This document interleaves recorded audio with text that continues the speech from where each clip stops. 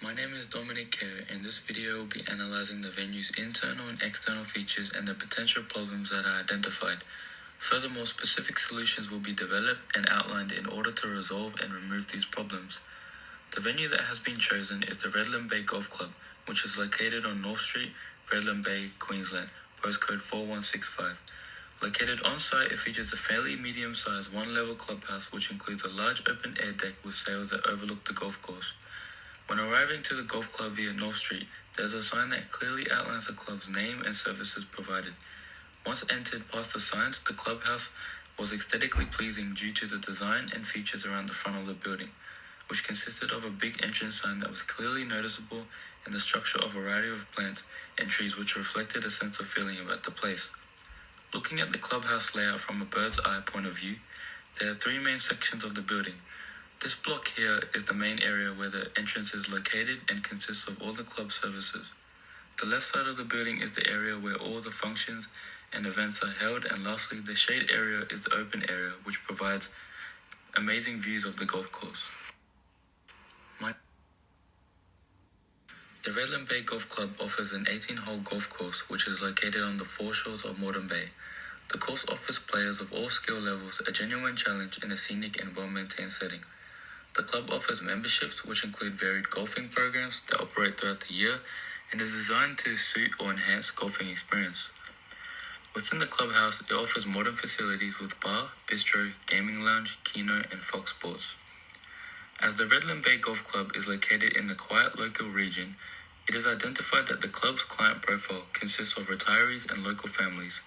In regard to the types of events that are held, the Redland Bay Golf Club can host weddings by providing ideal settings with the garden ceremony and wedding receptions in the function room within the clubhouse, which can overall cater to 120 seated people.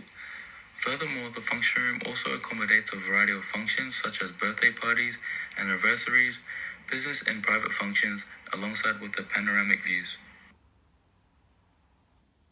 The clubhouse is the only main building on site, and in terms of size, it is about 50 meters in length and 20 meters in width.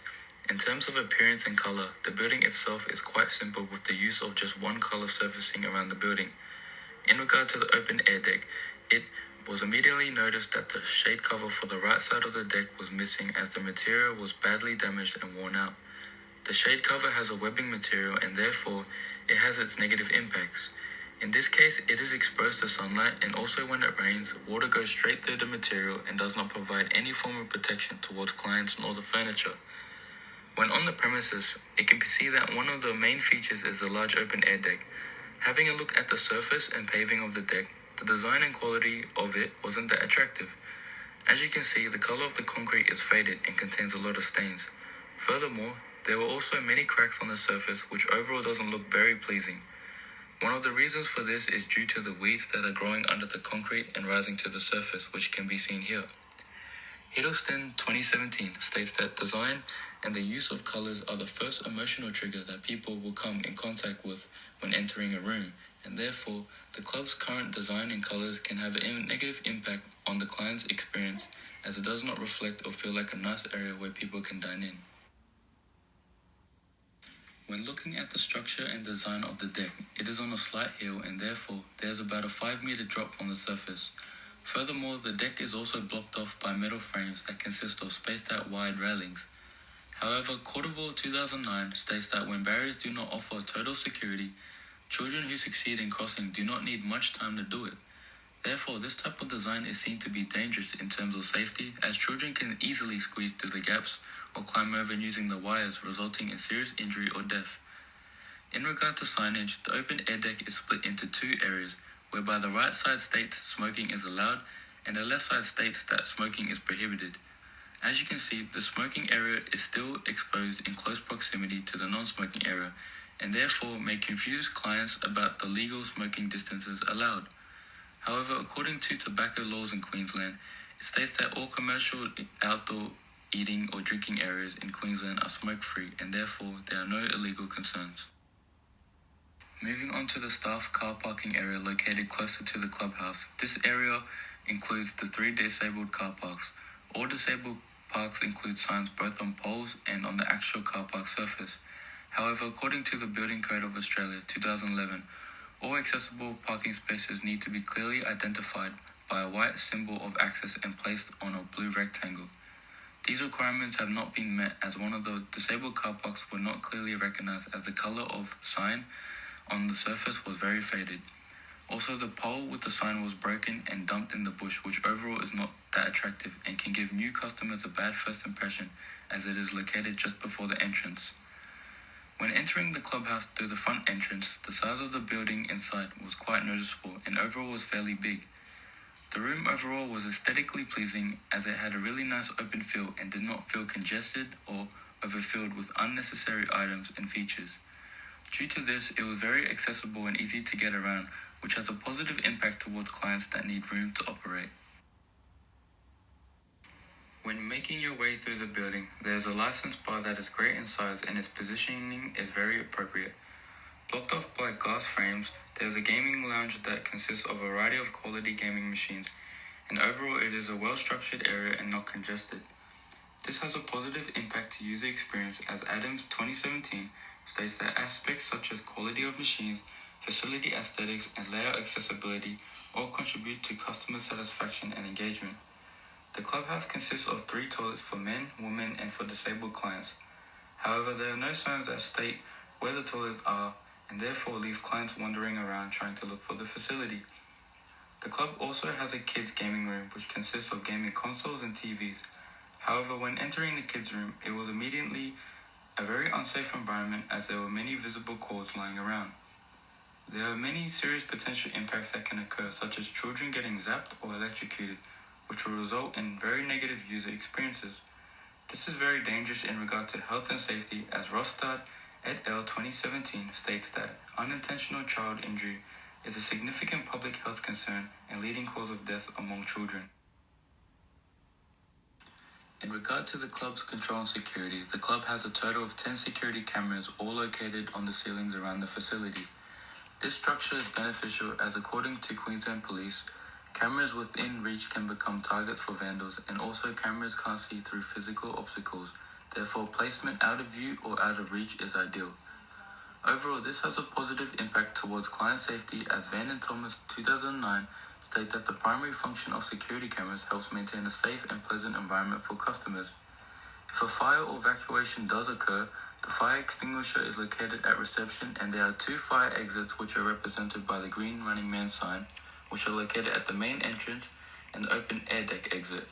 However, there is also another exit door located in the function room.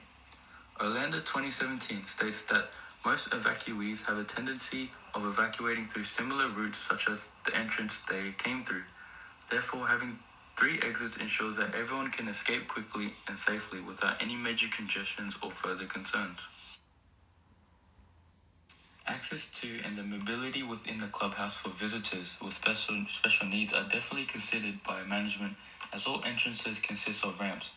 According to the Australian Network on Disability, these are identified as threshold ramps which enable people with prams, strollers, and mobility devices such as wheelchairs to access buildings more easily. With easy access in and out of the building, this directly has a positive impact towards client experience. In regard to optimizing income generation from events, the canteen is quite hidden and is not that noticeable when entering the building. Considering that the gaming lounge is a private area, it would be best suited for management to consider swapping the game lounge and canteen, whereby the canteen can have better exposure next to the bar. However, due to budgets of the venue, this operation may be costly to undergo. After I have analysed the Redland Bay Golf Club, I have identified 2 key problems within this venue and have established solutions to benefit the club. The first key problem is the kids' room in regard to the size and structure of the room, safety hazards, and its use of effectiveness. The 3 solutions to remove these problems is to restructure the room, reevaluate safety measures, and make adjustments in regard to the activities to target all ages. The main strength to these solutions is that the capacity of the room will increase, it will provide a better and safe environment, and it will ensure increased engagement from all ages. However, the weaknesses to these solutions is the overall cost to not only hire people to refurbish the room and relocate cords and power points, but also the cost to always replace damaged toys and games in the future. The second key problem is the open air deck in regard to the damaged shade cover, the ongoing cracks in the concrete, and lastly, the safety concerns of the frame structure surrounding the deck. The three solutions to move these problems is to choose a different material for the cover, such as tin or metal. Secondly, a new surface can be installed such as timber flooring, and lastly, replace the wires with solid glass. The main strengths to these solutions is that the materials chosen are more sustainable, the structure of timber flooring can avoid cracks from weeds, and lastly, glass will ensure the safety of children while still enjoying the views. However, the weaknesses to these solutions is obviously the cost to undergo these projects. Glass can be a hazard if damaged, and most importantly, redesigning everything will mean the open air deck will be closed from members and the public. In order to inform existing clients about the changes to the venue and attract new customers, this will involve the use of the club's Facebook page and direct emails to members. As the club has a range of followers on Facebook, it will allow the club to directly target members of the page, and those members will likely share the news to potential customers. On the other hand, as most club members are pensioners, direct emails will be sent out as pensioners don't normally operate on Facebook. After inspecting the Redland Bay Golf Club, it is clear that the problems identified can be solved by using the solutions outlined in the video. This will overall contribute to providing better services to all members and the public, but most importantly, will have a positive impact towards the client's experiences and therefore influence them to come back in the future.